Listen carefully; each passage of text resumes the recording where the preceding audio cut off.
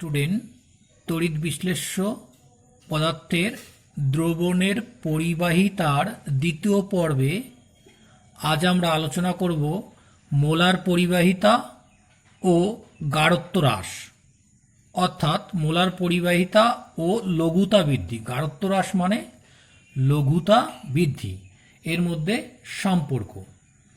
আমরা জানি যে মোলার পরিবাহিতার ক্ষেত্রে যখন পরিমাপ করা হয় ওই দ্রবণের পরিবাহিতা, তখন গাঢ়ত্ব বৃদ্ধি করলে আয়নগুলি অর্থাৎ ক্যাটায়ন এবং অ্যানায়নগুলি পরস্পর খুব কাছাকাছি চলে আসে এবং তাদের মধ্যবর্তী আকর্ষণ বলের প্রভাবে ওই আয়নগুলির দ্রবণে গতিবেগ হ্রাস পায়, ফলে তাদের তড়িৎ পরিবহন ক্ষমতা কমে যায়। ফলে গাঢ়ত্ব হ্রাস করলে অর্থাৎ গাঢ়ত্ব বৃদ্ধি করলে অর্থাৎ লঘুতা হ্রাস করলে তাদের পরিবাহিতাও হ্রাস পায়। অন্যদিকে লঘুতা বৃদ্ধি করলে অর্থাৎ গাঢ়ত্ব হ্রাস করলে তাদের মধ্যবর্তী দূরত্ব বেশি হয়, ক্যাটায়ন এবং অ্যানায়নের মধ্যবর্তী আকর্ষণ বল কম হয় এবং মোলার পরিবাহিতা ক্রমশ বাড়তে থাকে। এবার এই মোলার পরিবাহিতা বৃদ্ধি তীব্র তড়িৎ বিশ্লেষ্য পদার্থ এবং মৃদু তড়িৎ বিশ্লেষ্য পদার্থ দুরকম পদার্থের ক্ষেত্রে ভিন্ন ভিন্ন হয়। আমরা লেখচিত্রের সাহায্যে যে বিষয়টি খুব স্পষ্টভাবে ব্যাখ্যা করতে পারব। তোমরা দেখো, এখানে একটা লেখচিত্র দেখানো হয়েছে। এই লেখচিত্রে আমরা এক্স অ্যাক্সিস বরাবর প্লট করেছি গাঢ়ত্ব, অর্থাৎ বাম দিক থেকে ডান দিক গেলে গাঢ়ত্ব বাড়ে অর্থাৎ লঘুতা কমে। উল্টো দিকে ডান দিক থেকে যদি আমি বাম দিক আসি অর্থাৎ এদিক থেকে যদি মূল বিন্দুর দিকে আসি তাহলে কিন্তু লঘুতা বাড়ে অর্থাৎ গাঢ়ত্ব কমে। অন্যদিকে ওয়াই অক্ষ বরাবর দেখতে পাচ্ছ, ওয়াই অক্ষ বরাবর আমরা প্লট করেছি মোলার পরিবাহিতা ল্যামডা এম। এবার এখানে দুটো পদার্থ নিয়ে গ্রাফটা ব্যাখ্যা করা হয়েছে। একটা হচ্ছে তীব্র তড়িৎ বিশ্লেষ্য পদার্থ KCl পটাশিয়াম ক্লোরাইড, আর একটা মৃদু তড়িৎ বিশ্লেষ্য পদার্থ অ্যাসিটিক অ্যাসিড। এই KCl এর ক্ষেত্রে দেখা যায় যে গাঢ়ত্ব যত আমরা হ্রাস করব অর্থাৎ লঘুতা যত বৃদ্ধি করব ততই এর মোলার পরিবাহিতা ক্রমশ বাড়তে থাকে এবং বাড়তে বাড়তে দেখো বি বিন্দু থেকে এ বিন্দুর দিকে যাচ্ছে এবং ক্রমশ বাড়তে থাকছে। বাড়তে বাড়তে এ বিন্দুর কাছে এসে মোটামুটি সমাপ্ত হয়েছে এবং এটাকে যদি আমরা ডট ডট করে প্লট করে ওয়াই অক্ষকে সেট করি, ধরো ওয়াই অক্ষকে সেট করলে একটা বিন্দুতে আমি মনে করো ওই বিন্দুটার নাম দিলাম পি বিন্দু। তাহলে এই মূল বিন্দু থেকে পি বিন্দুর যে পরিবাহিতা পটাশিয়াম ক্লোরাইডের ক্ষেত্রে অসীম লঘুতায় অর্থাৎ গাঢ়ত্ব যখন প্রায় শূন্য, তখন এই পরিবাহিতা হবে ওপি। ওপি পরিবাহিতা অক্ষের সমান। তাহলে এই যে পরিবাহিতা অসীম লঘুতায় যে পরিবাহিতা পেলাম KCl এর ক্ষেত্রে, এই পরিবাহিতাকে বলা হয় অসীম লঘুতায় KCl এর মোলার পরিবাহিতা, যাকে আমরা ল্যামডা 0m অর্থাৎ ল্যামডা 0m তোমরা দেখতে পাচ্ছ, এই যে আমি পেন দিয়ে দেখাচ্ছি ল্যামডা 0m। এই ল্যামডা 0m দ্বারা একে নির্দেশ করা হয়। একে বলা হয় অসীম লঘুতায় মোলার পরিবাহিতা। এবার দেখো, শুধুমাত্র KCl নয়, যে কোনো তীব্র তড়িৎ বিশ্লেষ্য পদার্থের ক্ষেত্রে যদি আমরা এই মোলার পরিবাহিতা ভার্সেস লঘুতা বৃদ্ধির লেখচিত্র অঙ্কন করি তাহলে কম বেশি একই প্রকৃতির হবে এবং প্রত্যেকটা ক্ষেত্রে লঘুতা বৃদ্ধি করলে অর্থাৎ গাঢ়ত্ব হ্রাস করলে মোলার পরিবাহিতা ক্রমশ বাড়তে থাকবে এবং একটা সময় গিয়ে সমাপ্ত হবে, যাকে এক্সট্রাপোলেট করলে, এক্সট্রাপোলেট মানে ডট ডট করে ওয়াই অক্ষকে ছেদ করানো, হলে ওয়াই অক্ষকে যে বিন্দুতে ছেদ করবে মূল বিন্দু থেকে ওই ওয়াই অক্ষকে যে বিন্দুতে ছেদ করে তার মধ্যবর্তী দূরত্বকে বলা হবে সেই তড়িৎ বিশ্লেষ্য পদার্থের অসীম লঘুতায় মোলার পরিবাহিতা। ক্লিয়ার? এবার আসছি আমরা একটু মৃদু তড়িৎ বিশ্লেষ্য পদার্থের ক্ষেত্রে। ধরো অ্যাসিটিক অ্যাসিড একটি মৃদু তড়িৎ বিশ্লেষ্য পদার্থ। এছাড়া আরও অনেক পদার্থ আছে যেটা কিনা মৃদু তড়িৎ বিশ্লেষ্য পদার্থ। ফর্মিক অ্যাসিড হতে পারে, অ্যামোনিয়াম হাইড্রক্সাইড হতে পারে, ইত্যাদি অনেক আছে। আমি একটা উদাহরণ দেব, ব্যাখ্যা করছি। অ্যাসিটিক অ্যাসিডের ক্ষেত্রে দেখো, যত আমরা গাঢ়ত্ব হ্রাস করছি অর্থাৎ লঘুতা বৃদ্ধি করছি, ক্রমান্বয়ে মোলার পরিবাহিতা ক্রমশ বাড়তে থাকছে এবং বাড়তে বাড়তে দেখো শেষে যখন গাঢ়ত্ব শূন্যর কাছাকাছি চলে এসছে তখন দেখো এটি কিন্তু KCl এর লেখচিত্রের মতো এক্সট্রা বর্ধিত করলে অয় অক্ষকে কিন্তু ছেদ করছে না, অর্থাৎ এটি এভাবে বাড়তেই থাকছে। তাহলে কেন বাড়তে থাকছে, এর ব্যাখ্যা কী হবে? তীব্র তড়িৎ বিশ্লেষ্য পদার্থের ক্ষেত্রে কেন অসীম পর্যন্ত বাড়লো না? তাহলে মৃদুর ক্ষেত্রে কেন ক্রমান্বয়ে বেড়ে যাচ্ছে? তীব্রর ক্ষেত্রে যেটা হয়, তীব্র তড়িৎ বিশ্লেষ্য পদার্থের টোটালটাই বিয়োজিত হয়ে যায়। লঘুতা বৃদ্ধি করলে সমস্ত অংশই বিয়োজিত হয়, যার জন্য নতুন করে আর আয়ন কিন্তু দ্রবণে উৎপন্ন হতে পারে না। অন্যদিকে মৃদু তড়িৎ বিশ্লেষ্য পদার্থের ক্ষেত্রে আমরা অসওয়াল্ডের লঘুকরণ সূত্র থেকে জানি যে যত লঘুতা বৃদ্ধি করা হয় মৃদু তড়িৎ বিশ্লেষ্য পদার্থের ক্ষেত্রে তত বিয়োজন মাত্রা বৃদ্ধি পায়। তার মানে যত আমরা গাঢ়ত্ব কমাচ্ছি মৃদু তড়িৎ বিশ্লেষ্য কিন্তু ততই ক্রমশ ভাঙছে। ফলে সেই লেখচিত্র কিন্তু কখনোই অয় অক্ষকে ছেদ করবে না। তার মানে অয় অক্ষকে যদি ছেদ না করে, অর্থাৎ পরিবাহিতা অক্ষকে যদি এই লেখচিত্রটা ছেদ না করে, তাহলে মৃদু তড়িৎ বিশ্লেষ্যের পদার্থের ক্ষেত্রে অসীম লঘুতায় মোলার পরিবাহিতা এই লেখচিত্র পদ্ধতিতে নির্ণয় করা যাবে না। তাহলে মৃদুর ক্ষেত্রে কি সম্ভব নয় λ0 নির্ণয়? অবশ্যই সম্ভব, কিন্তু এই পদ্ধতিতে সম্ভব নয়। তাহলে সেটা কোন পদ্ধতিতে নির্ণয় করা যাবে? তার জন্য আরেকটি এক্সট্রা পদ্ধতি উদ্ভব করেছিলেন বিজ্ঞানী কোলারাস বা কোলরাস। সেই কোলরাসের পদ্ধতির সাহায্যে আমরা তীব্র তড়িৎ বিশ্লেষ্য পদার্থের সাহায্যে পরোক্ষভাবে মৃদু তড়িৎ বিশ্লেষ্য পদার্থের মোলার পরিবাহিতা নির্ণয় করতে পারবো। তো কোলরাসের সূত্রে কি বলা হয়েছিল তোমরা বই থেকে একটু পড়ে নিতে পারবে, যে অসীম লঘুতায় তড়িৎ বিশ্লেষ্য পদার্থের মোলার পরিবাহিতা, কি বললাম, অসীম লঘুতায় তড়িৎ বিশ্লেষ্য পদার্থের মোলার পরিবাহিতা তার সংগঠক অ্যানায়ন এবং ক্যাটায়নের মোট আয়নীয় পরিবাহিতার সমষ্টির সমান। যদি মনে করো কোনো একটি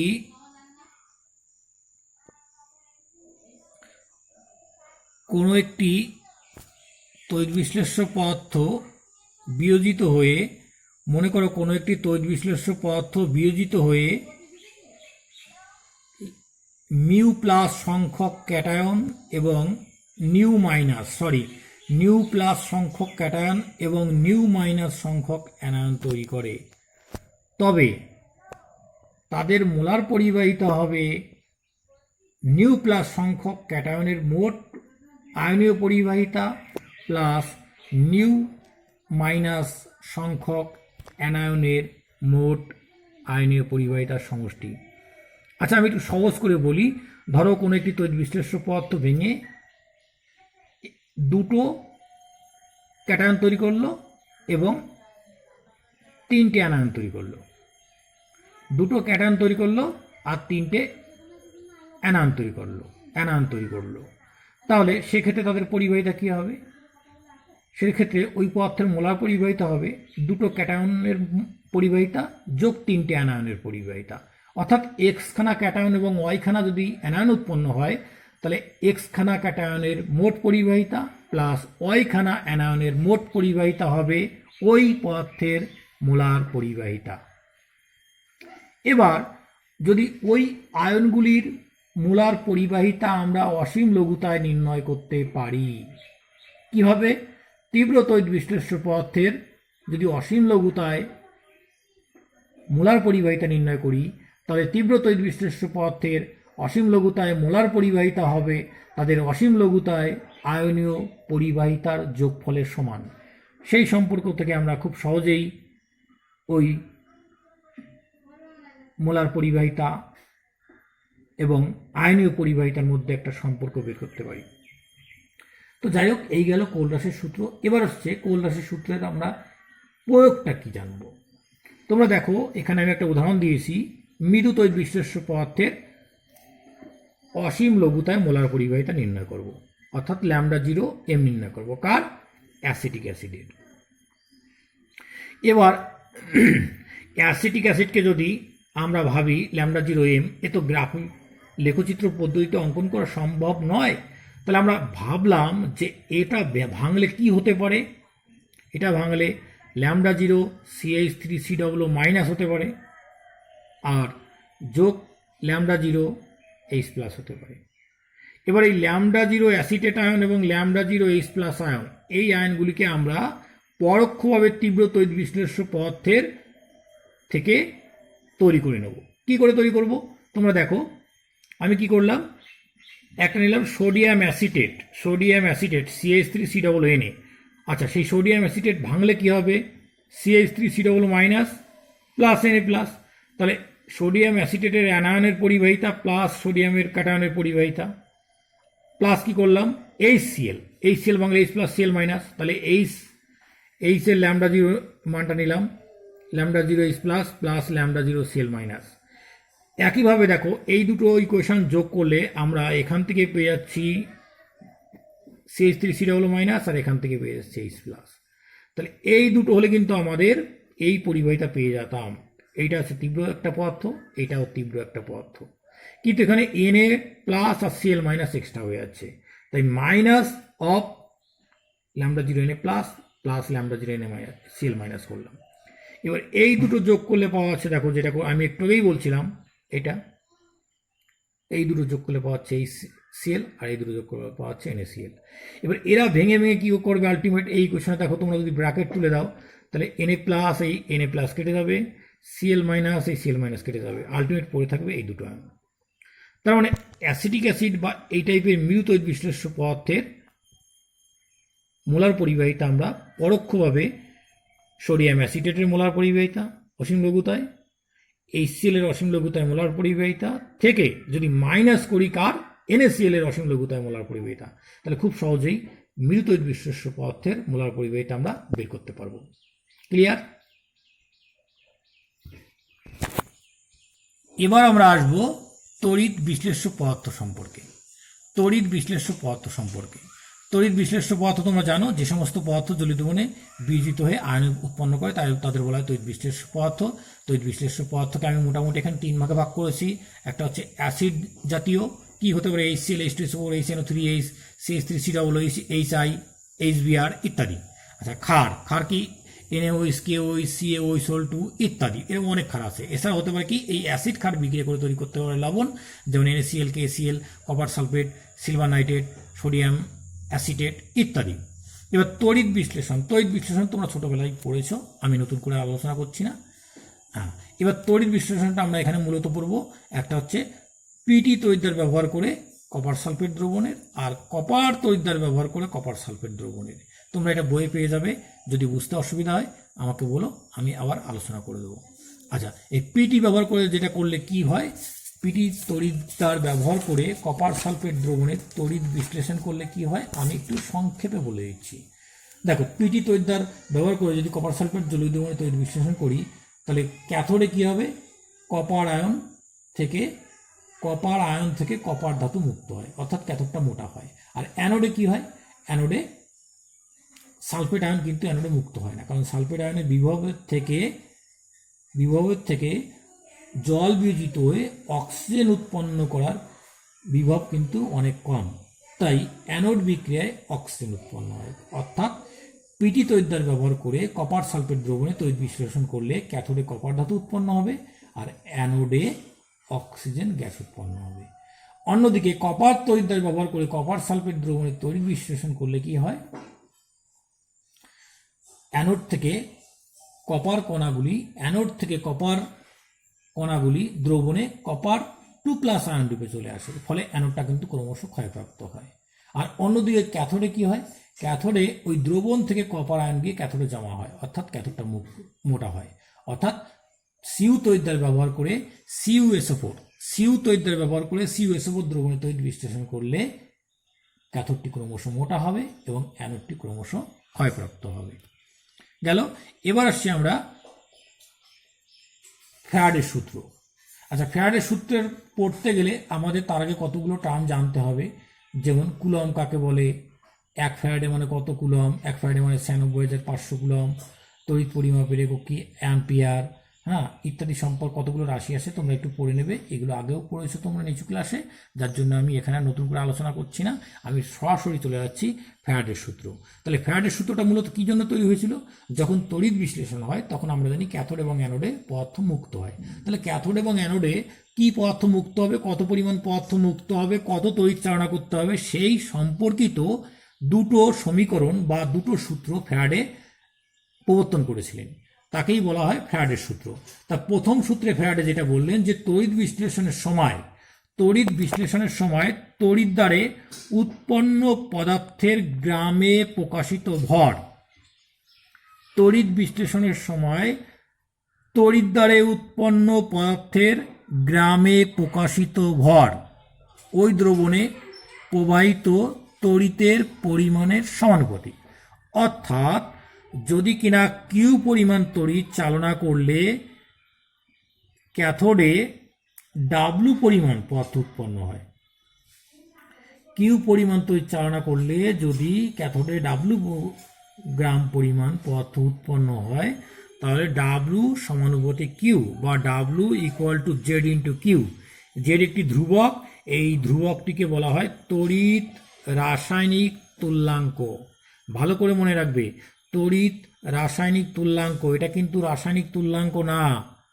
রাসায়নিক তুল্যাঙ্ককে আমরা ক্যাপিটাল ই অক্ষর দিয়ে প্রকাশ করি, আর তড়িৎ রাসায়নিক তুল্যাঙ্ককে আমরা এখানে জেড দিয়ে প্রকাশ করি। এবার আমরা জানি যে তড়িতের পরিমাণ = প্রবাহ মাত্রা ইন্টু সময়, অর্থাৎ আই হচ্ছে প্রবাহ মাত্রা ইন্টু সময়, তার মানে কিউ = I × T। সুতরাং আমরা লিখতে পারি ডাব্লিউ ZIT। তাহলে এক্ষেত্রে আমরা দেখতে পাচ্ছি যে কখন ডাব্লিউ = জেড হবে, যদি কিউ এর মান 1 হয়, অর্থাৎ 1 কুলম তড়িৎ চালনা করলে যে পরিমাণ পদার্থ তড়িৎদ্বারে মুক্ত হবে তাকে বলা হয় তড়িৎ রাসায়নিক তুল্যাঙ্ক। বোঝা গেল? আবার বলছি, দেখো তোমরা খেয়াল করো, কিউ যদি 1 হতো, 1, তাহলে ডাব্লিউ = জেড হতো। তাহলে কিউ যদি 1 হয় তাহলে ডাব্লিউ = জেড, তার মানে আমরা বলতে পারি কিউ 1 মানে 1 কুলম। তাহলে 1 কুলম তড়িৎ চালনা করলে যে পরিমাণ পদার্থ তড়িৎদ্বারে মুক্ত হয় তাকে বলা হয় তড়িৎ রাসায়নিক তুল্যাঙ্ক। তাহলে ইউনিট কি হবে? তাহলে জেড এর ইউনিট হবে ডাব্লুর ইউনিট বাই কিউ এর ইউনিট। কারণ তোমরা দেখো ডাব্লিউ = কিউ ইন্টু জেড, তাহলে জেড = কি হবে ডাব্লু বাই কিউ। তাহলে জেড এর ইউনিট হবে W unit by Q unit. তাহলে ডাব্লুর ইউনিট হচ্ছে গ্রাম আর কিউ এর ইউনিট কুলম। তাহলে আলটিমেট দাঁড়ালো গ্রাম কুলম ইনভার্স। এটা গেল ফ্যারাডের প্রথম সূত্র, এবং এই প্রথম সূত্র থেকে জেডের সংজ্ঞা ও জেডের একক। এবার আসছি আমরা দ্বিতীয় সূত্রে কি বলা হয়েছে? দ্বিতীয় সূত্রে বলা হয়েছে যে ভিন্ন ভিন্ন তড়িৎ বিশ্লেষ্য পদার্থ নিয়ে আলাদাভাবে নিতে হবে, অবশ্যই আলাদাভাবে ভিন্ন ভিন্ন তড়িৎ বিশ্লেষ্য পদার্থ নিয়ে প্রত্যেকটি দ্রবণে যদি তড়িৎ চালনা করি, তাহলে তাদের তড়িৎদ্বারে যে পদার্থগুলি উৎপন্ন হবে, অর্থাৎ ক্যাথোডে যে পদার্থ উৎপন্ন হবে, তা তাদের রাসায়নিক তুল্যাঙ্কের সমানুপাতিক হবে। অর্থাৎ রাসায়নিক তুল্যাঙ্ক মানে ই এর সমানুপাতিক। অর্থাৎ আমরা যদি দুটো পাত্র নিই, একটা পাত্রে W1 গ্রাম পদার্থ মুক্ত হলো, আর একটা পাত্রে ক্যাথোডে W2 গ্রাম পদার্থ উৎপন্ন হলো। এবং যদি তাদের রাসায়নিক তুল্যাঙ্ক একটা E1 হয় একটা E2 হয়, তাহলে আমরা লিখতে পারি W1 সমানুপাতি E1 এবং W2 সমানুপাতি E2, অর্থাৎ W সমানুপাতি E। বা আমরা W1 সমানুপাতি E1, W2 সমানুপাতি E2 এই সমীকরণ ইউজ করে আমরা লিখতে পারি W1 বাই W2 সমান সমান E1 বাই E2। তাহলে এই গেল হচ্ছে ফ্যারাডের দ্বিতীয় সূত্র। এবার আসছি ফ্যারাডের প্রথম এবং দ্বিতীয় সূত্রের সমন্বয় সূত্র। আমরা ফ্যারাডের প্রথম সূত্র থেকে পাই কি W সমানুপাতি Q, যখন কিনা E স্থির বা তুল্যাঙ্ক ভর স্থির। আবার দ্বিতীয় সূত্র থেকে আমরা পাই W সমানুপাতি E। তাহলে প্রথম সূত্র থেকে পেলাম W সমানুপাতি Q, আর দ্বিতীয় সূত্রের থেকে পেলাম W সমানুপাতি E যখন Q পরিবর্তনশীল। তাহলে যখন E এবং Q দুটোই পরিবর্তনশীল তখন W সমানুপাতি QE, বা W সমানুপাতি আমরা লিখতে পারি কি QE বাই F। অ্যাকচুয়ালি এখানে সমানুপাতির চিহ্ন তুলে 1/f একটি ধ্রুবক আনা হয়েছে। এই 1/f-কে বলা হয় একটি ধ্রুবক, যেখানে f হচ্ছে ফ্যারাডে। এবার আমরা এই সমীকরণকে কিউকে আইটি দিয়েও প্রকাশ করতে পারি। তাহলে কিউ মানে আমরা জানি আইটি, তাহলে আমরা লিখতে পারবো W equal to IT into E by F.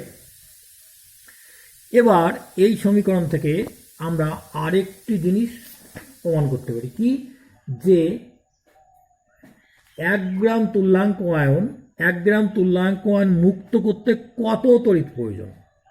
1 gram তুল্যাঙ্ক পরিমাণ পদার্থ মুক্ত করতে, তাহলে 1 গ্রাম তুল্যাঙ্ক পরিমাণ পদার্থ যদি ক্যাথোডে মুক্ত হয় তাহলে ডাব্লু হবে কি, তখন ই হয়ে যাবে। ই মানে তুল্যাঙ্ক ভর।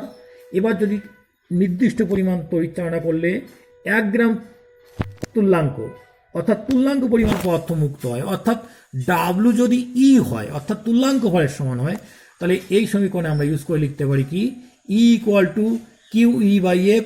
তাহলে ই কেটে যায়, আলটিমেট যেটা থাকে যে কিউ ইকুয়াল টু এফ, অর্থাৎ 1 গ্রাম তুল্যাঙ্ক পরিমাণ পদার্থ ক্যাথোডে মুক্ত করতে গেলে 1 ফ্যারাডে তড়িৎ প্রয়োজন। নেক্সট, এবার আমরা আলোচনা করব এফ ও জেড অর্থাৎ ফ্যারাডে এবং তড়িৎ রাসায়নিক তুল্যাঙ্কের মধ্যে সম্পর্ক। আমরা প্রথম সূত্র ফ্যারাডের প্রথম সূত্র থেকে কি পাই, W equal to Q into Z. আর ফ্যারাডের প্রথম এবং দ্বিতীয় সূত্রের সমন্বয় থেকে আমরা পাই W equal to Q E by F. এবার এই 1 ও 2 নং সমীকরণ তুলনা করে আমরা লিখতে পারি Z Q equal to Q E by F বা dot dot dot E equal to Z into F, অর্থাৎ রাসায়নিক তুল্যাঙ্ক ইকুয়াল টু তড়িৎ রাসায়নিক তুল্যাঙ্ক ইন্টু ফ্যারাডে। রাসায়নিক তুল্যাঙ্ক সমান সমান তড়িৎ রাসায়নিক তুল্যাঙ্ক ইন্টু ফ্যারাডে। এবার আমরা একটা খুব গুরুত্বপূর্ণ equation equal to F by N, equal to F by N, F মানে ফ্যারাডে, এন মানে হচ্ছে অ্যাভোগাড্রো সংখ্যা, এদের মধ্যে সম্পর্ক প্রতিষ্ঠা করব। তো আমরা জানি 1 গ্রাম তুল্যাঙ্ক আয়ন সমান সমান 1 গ্রাম আয়ন ইন্টু যোজ্যতা। আমরা জানি কোনো পদার্থকে যোজ্যতা দিয়ে ভাগ করলে তার তুল্যাঙ্ক ভর পাওয়া যায়। তাই 1 গ্রাম তুল্যাঙ্ক ion equal to 1 gram ion into আয়নের যোজ্যতা। তাহলে আমরা লিখতে পারি যে 1 গ্রাম আয়নের আধান 1 গ্রাম আয়নের আধান হবে তার যোজ্যতা ইন্টু 1 গ্রাম তুল্যাঙ্ক আয়নের আধান। তোমরা দেখো এই সমীকরণ থেকে আমি লিখেছি, কোনাকুনি গুণ করলাম, তাহলে কি হলো 1 gram ion equal to 1 gram তুল্যাঙ্ক আয়ন ইন্টু আয়নের যোজ্যতা। তাহলে 1 গ্রাম আয়নের আধান হবে যোজ্যতা ইন্টু 1 গ্রাম তুল্যাঙ্ক আয়নের আধান। এবার যদি এন যোজ্যতার 1 গ্রাম আয়নের আধান নিই, তাহলে 1 গ্রাম আয়নের আধান হচ্ছে যোজ্যতা ইন্টু 1 গ্রাম তুল্যাঙ্ক আয়নের আধান। তাহলে এন যোজ্যতার 1 গ্রাম আয়নের আধান কত হবে, এন ইন্টু 1 গ্রাম তুল্যাঙ্ক আয়নের আধান। এবার আমরা জানি যে যেহেতু 1 গ্রাম আয়নে কত আয়ন থাকে, অ্যাভোগাড্রো সংখ্যক আয়ন থাকে। এবং 1 গ্রাম তুল্যাঙ্ক আয়নের আধান কত হয়? এফ। আমরা আগেই পড়েছি 1 গ্রাম তুল্যাঙ্ক আয়নের আধান হচ্ছে এফ। তাহলে আমরা লিখতে পারি এবার এন যোজ্যতার অ্যাভোগাড্রো সংখ্যক আয়নের আধান, এন যোজ্যতার অ্যাভোগাড্রো সংখ্যক আয়নের আধান এন ইন্টু এফ। তাহলে এন যোজ্যতার একটি আয়নের আধান কত হবে? N F by N. আবার আমরা জানি কি যে এক যোজি একটি আয়নের মোট আধান কত? একটি ইলেকট্রনের আধানের সমান। তাহলে এন যোজ্যতার একটি আয়নের মোট আধান কত হবে? এনই। তাহলে কাজেই আমরা এই দুটো সমীকরণ তুলনা করে লিখতে পারি যে N E equal to F N F, ছোট হাতের N F by capital N, অর্থাৎ অ্যাভোগাড্রো সংখ্যা, বা এন এন কেটে যায়, আলটিমেট যেটা থাকে equal to F by N. সমীকরণটা খুব ইম্পর্টেন্ট, তোমরা খুব ভালো করে পড়বে এবং ভিডিওটা দেখবে, বুঝতে পারবে। বুঝতে না পারলে আমাকে অবশ্যই কমেন্ট করে জানাবে। আচ্ছা, এরপর আসছি, এই যে সমীকরণ আমরা প্রতিষ্ঠা করলাম তার এর প্রয়োগটা কি, কোন কাজে আমাদের লাগবে? তোমরা দেখো সমীকরণ থেকে খুব সহজেই আমরা কি বের করতে পারবো? দুটো জিনিস বের করতে পারবো, একটা হচ্ছে ই এর মান, একটা হচ্ছে এন এর মান। এফ আমরা জানি যে 1 ফ্যারাডে মানে 96,500 কুলম্ব, সারা জীবন এক থাকবে, এ কোনো পরিবর্তন হয় না। সুতরাং পরিবর্তন হতে পারে যেটা কি ই বা এফ, বা এর মান বের করা যেতে পারে। এই তিনটে রাশি আছে, একটা ই, একটা এফ, একটা এন। এর মধ্যে যে কোনো দুটো দেওয়া থাকলে তৃতীয়টা অবশ্যই আমরা খুব সহজে বের করতে পারবো। যেমন প্রথমে আসি ইলেকট্রনের আধান নির্ণয়। তোমরা অনেক সময় অঙ্ক করতে গিয়ে ইলেকট্রনের আধানের মানে ভুলে যাও, আমি জানি। তাহলে সেক্ষেত্রে যদি ভুলে যাও তাহলে এই ইকুয়েশন থেকে খুব সহজে বের করতে পারবে। কি করে? এফ তোমরা জানো 96,500 কুলম্ব, আর এন এর মান অ্যাভোগাড্রো সংখ্যার মান তোমরা জানো এটা। তাহলে এফকে যদি অ্যাভোগাড্রো সংখ্যাতে ভাগ করো, দেখো সহজেই ইলেকট্রন আধান বেরিয়ে গেছে, যেটা কিন্তু তোমরা মুখস্থ করো কিন্তু কদিন পরে ভুলে যাও। ফলে আজ থেকে আশা করি আর ই এর আধান ভুলবে না। আচ্ছা, দ্বিতীয় হচ্ছে অ্যাভোগাড্রো সংখ্যার মান নির্ণয়। যদি ইর মান এবং এফ এর মান জানা থাকে তাহলে সহজেই N equal to F by E করে অ্যাভোগাড্রো সংখ্যার মান আমরা সহজেই নির্ণয় করতে পারি। এবার তোমরা দেখবে তোমাদের বইয়ে কতগুলি গাণিতিক উদাহরণ দেওয়া রয়েছে। গাণিতিক উদাহরণগুলো হতে পারে ফ্যারাডের প্রথম সূত্র সম্পর্কিত, হতে পারে দ্বিতীয় সূত্র, হতে পারে কম্বাইন্ড সূত্র সম্পর্কিত, হতে পারে E equal to F by N, এই ইকুয়েশন সংক্রান্ত প্রবলেম। এই ধরনের কয়েকটি প্রবলেম দেখবে বিগত এইচএস পরীক্ষায় এসেছিল। সেই টাইপের কতগুলি প্রবলেম তোমরা একটু ভালো করে দেখে রাখবে, কারণ এগুলি কিন্তু পরীক্ষায় দেওয়া হয় এবং দেখতেই পারবে তোমরা কোনগুলি ইম্পর্টেন্ট, বিভিন্ন সালে এসেছিল। খুব কঠিন কিন্তু নয়, অঙ্কগুলি খুব ভালো করে দেখবে। যদি বুঝতে অসুবিধা হয় অবশ্যই আমাকে কমেন্ট করে জানাবে। আচ্ছা, এবার আমরা আসি তাহলে নেক্সট টপিক, ব্যাটারি বা কোষ। ব্যাটারি বা কোষ মূলত দু রকমের হয়ে থাকে। একটা হচ্ছে প্রাইমারি কোষ, যেটা সাধারণত নির্জল কোষ বা ব্যাটারি, যেটা বাড়িতে আমরা ব্যবহার করি, যার ভোল্ট হচ্ছে 1.5 ভোল্ট। আচ্ছা, দ্বিতীয় কোষটা হচ্ছে সেকেন্ডারি বা সঞ্চয় কোষ, যেমন আমি এখানে একটা উদাহরণ দিয়েছি, লেড অ্যাসিড কোষ। তো এই টাইপের এই ধরনের ব্যাটারি বা কোষ সম্পর্কে আমাদের একটু আলোচনা করতে হবে। তা প্রথমেই আসা যাক নির্জল কোষের ক্রিয়াকৌশল সম্পর্কে। নির্জল কোষে কি করা হয়? নির্জল কোষে একটা অ্যানোড পাত্র, অর্থাৎ জিঙ্কের একটা অ্যানোডের চোঙ নেওয়া হয়। তোমরা ব্যাটারি দেখেছো, বাড়িতে যে ব্যাটারিগুলো আমরা টর্চে বা রেডিওতে ব্যবহার করে থাকি, সেই ব্যাটারিগুলি হচ্ছে নির্জল কোষ। এতে একটি চোঙ বানানো হয় জিঙ্কের, সেই জিঙ্কের চোঙটা অ্যানোড হিসাবে কাজ করে। আর ঠিক তার মাঝখানে ব্যাটারিটা খুললে বা ভাঙলে তোমরা দেখতে পারবে একটা গ্রাফাইট দণ্ড থাকে, কালো রঙের দেখতে ভেতরে হয়, সেটা হচ্ছে গ্রাফাইট দণ্ড। এবং এই গ্রাফাইট দণ্ড আর ওই চারিদিকে যে জিঙ্কের চোঙ বা পাত রাখা হয়, তার মধ্যে রাখা হয় কি ম্যাঙ্গানিজ ডাইঅক্সাইড MnO2, এছাড়া অ্যামোনিয়াম ক্লোরাইড, জিঙ্ক ক্লোরাইড ও সামান্য জল দিয়ে একটা পেস্ট করে তড়িৎ বিশ্লেষ্য রূপে রাখা হয়। তাহলে এক্ষেত্রে যে ক্রিয়া কৌশলটা কি হয়, যে অ্যানোডে কি হয়, অ্যানোডে জিঙ্ক থেকে জিঙ্কের আয়ন তৈরি হয়। আর ক্যাথোডে কি হয়, MnO2 অ্যামোনিয়াম আয়নের সঙ্গে বিক্রিয়া করে Mn2O3 অ্যামোনিয়া এবং জল তৈরি করে। তাহলে এই যে অ্যানোড আর ক্যাথোড, এই দুটোকে যদি আমরা যোগ করে দিই তাহলে পেয়ে যাব কোষ বিক্রিয়া। তাহলে এই কোষ বিক্রিয়ায় আমরা দেখতে পাচ্ছি যে জিঙ্ক জারিত হচ্ছে এবং ম্যাঙ্গানিজ ডাইঅক্সাইড থেকে তৈরি হচ্ছে কি জল, অ্যামোনিয়া আর হচ্ছে Mn2O3 ম্যাঙ্গানিজ ডাইঅক্সাইড। তো এই বিক্রিয়ায় তোমরা দেখতে পাচ্ছ যে জল তৈরি হচ্ছে, ডান দিকে দেখো জল তৈরি হচ্ছে। তাহলে এই বিক্রিয়া যখন বিক্রিয়াটা শেষের দিকে যাবে তখন, অর্থাৎ বিক্রিয়ক পদার্থগুলি যখন ক্রমশ শেষ হয়ে যাবে তখন কিন্তু এই কোষের কার্যকারিতা ক্রমশ হ্রাস পাবে এবং কোষটি দেখবে ব্যাটারিটা কিছুদিন ব্যবহার করার পরে ব্যাটারিটা ভিজে ভিজে হয়ে যায়। তোমরা খেয়াল করে দেখেছো বা দেখবে ভিজে ভিজে হয়ে যায়। কেন ভিজে হয়ে যায়? দেখো, ব্যাটারির শুরুতে সামান্য জল থাকলেও এই যে ক্যাথোড বিক্রিয়ায় জল উৎপন্ন হচ্ছে, যেই জলে অ্যামোনিয়াম ক্লোরাইড বা MnO2 বা Mn2O3 এইগুলি ওই জলের মধ্যে সিক্ত হয়ে একটি চটচটে লেয়ের মতো পদার্থ তৈরি করে, তাই ব্যাটারিটা কিছুদিন পরে ওরকম নরম নরম হয়ে যায় বা ভাঙলে একটা লেই পাওয়া যায়। তো এই গেল হচ্ছে নির্জল কোষ। এবার আসবো আমরা সঞ্চয় কোষ।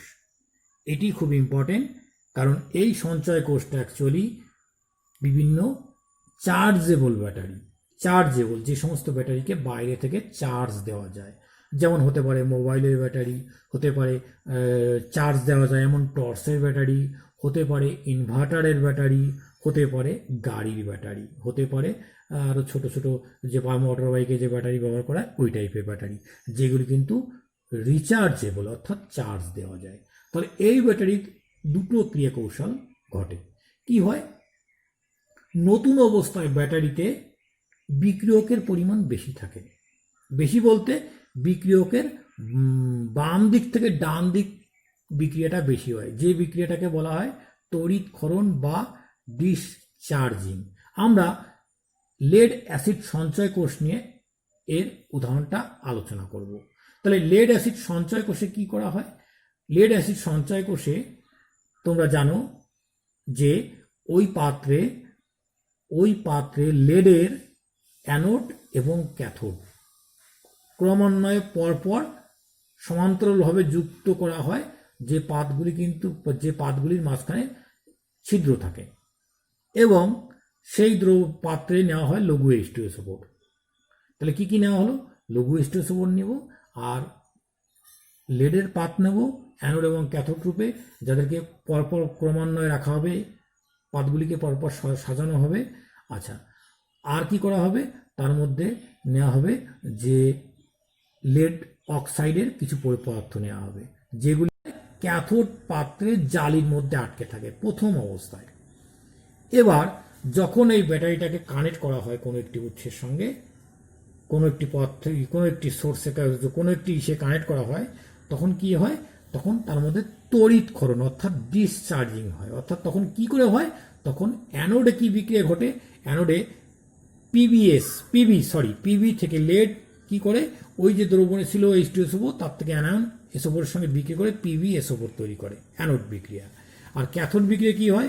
ক্যাথোড বিক্রিয়ায় ওই যে ক্যাথোডের লেডের যে ফাঁকাগুলো ছিল বলেছিলাম PbO2 থাকে, সেই PbO2 ওই পাত্রের H2SO4 এর সঙ্গে বিক্রিয়া করে তৈরি করে PbSO4 এবং জল। তাহলে এই অ্যানোড এবং ক্যাথোড বিক্রিয়াকে যদি আমরা যোগ করে দিই তাহলে পেয়ে যাব ডিসচার্জিং অর্থাৎ তড়িৎক্ষরণের মোট বিক্রিয়া। এবং এই বিক্রিয়াটা যত সময় যাবে ততই আস্তে আস্তে বিক্রিয়কের পরিমাণ কমতে থাকবে এবং বিক্রিয়াজাত পদার্থের পরিমাণ বাড়তে থাকবে এবং ওই ব্যাটারির চার্জ ক্রমশ কমতে থাকবে। একটা সময় গিয়ে চার্জ অনেক কমে যাবে, তখন আর ওই ব্যাটারিটা কাজ করবে না। তখন কি করা হবে? তখন বাইরে থেকে কোনো উৎস, তড়িৎ উৎসের সঙ্গে কানেক্ট করতে হবে। কানেক্ট করলে কি হবে?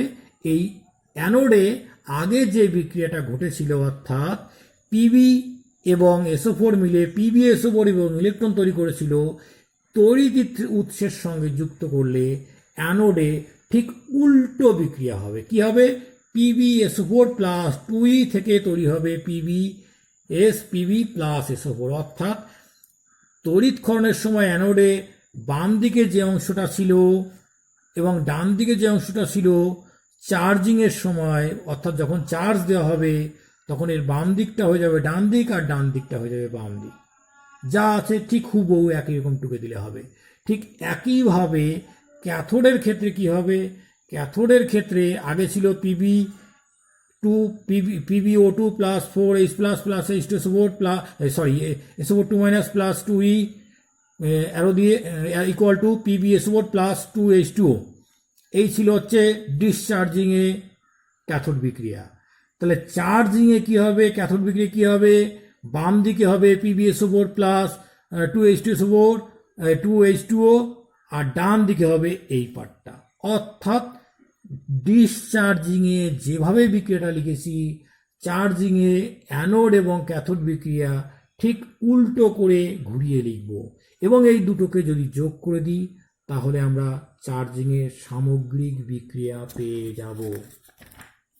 তাহলে এই গেল হচ্ছে মোটামুটি সঞ্চয় কোষ অর্থাৎ লেড অ্যাসিড সঞ্চয় কোষ তার ক্রিয়া কৌশল।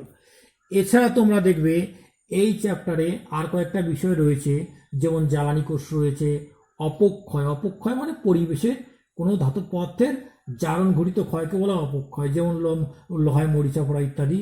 এবং লোহায় মরিচা পড়ার কারণ কি তোমরা জানো। আচ্ছা, এবং মরিচা নিবারণের জন্য কি কি ব্যবহার করা যেতে পারে, প্রলেপ কত কিছু দেওয়া হয় বা কোন তৈত লেপন করা হয় ইত্যাদি বিষয় সম্পর্কে তোমরা অনেকটাই জানো, যার জন্য আমি আলোচনা করছি না। একটা বিষয় একটু এখানে মনে রাখবে যে জ্বালানি কোষের ক্রিয়া কৌশল কিন্তু তড়িৎ কোষের থেকে একটু আলাদা হয়, মানে ব্যাটারির থেকে একটু আলাদা হয়। ব্যাটারিতে যেমন কোষের মধ্যে পদার্থ থাকে সেই পদার্থগুলো বিক্রিয়া করে তড়িৎ উৎপন্ন করে, কিন্তু জ্বালানি কোষের বিষয়টা একটু আলাদা হয়। বাইরে থেকে বিভিন্ন বিক্রিয়ক পদার্থগুলো ক্রমাগত সাপ্লাই দেওয়া হয় এবং তার থেকে তড়িৎ পাওয়া যায়, সেই তড়িৎ দিয়েই বিভিন্ন কাজ করা হয়, যেটা কিনা অ্যাপোলোর যে মহাকাশযান সেই মহাকাশযানে হাইড্রোজেন এবং অক্সিজেন জ্বালানি কোষ ব্যবহার করা হয়েছিল, যার ক্রিয়া কৌশল খুব একটা বেশি পরীক্ষার জন্য ইম্পর্টেন্ট খুব একটা বেশি নয়, যার জন্য আমি আলোচনা করছি না। তবুও বলছি বিষয়টা কিন্তু খুব সহজ আছে, তোমরা বই একটু দেখলে অবশ্যই আশা করি বুঝতে পারবে। তো যাই হোক, এই গেল মোটামুটি তড়িৎ রসায়ন চ্যাপ্টার। এই চ্যাপ্টার তো মোটামুটি আমাদের শেষ হয়ে গেল। এবার দেখবে যে বিগত সালে হায়ার সেকেন্ডারি বিভিন্ন প্রশ্ন তোমাদের রয়েছে বই শেষের দিকে, সেই প্রশ্নগুলো সলভও করে দেওয়া হয়েছে। তোমরা একটু কেয়ারফুলি এই প্রশ্নগুলো এবং তার সলভটা দেখবে। একই সঙ্গে দিল্লি এবং আউটসাইড দিল্লির যে সালে যে প্রশ্নগুলো এসছে তারও সলভ করে দেওয়া আছে, সেইগুলো একটু ভালো করে দেখবে। ওকে।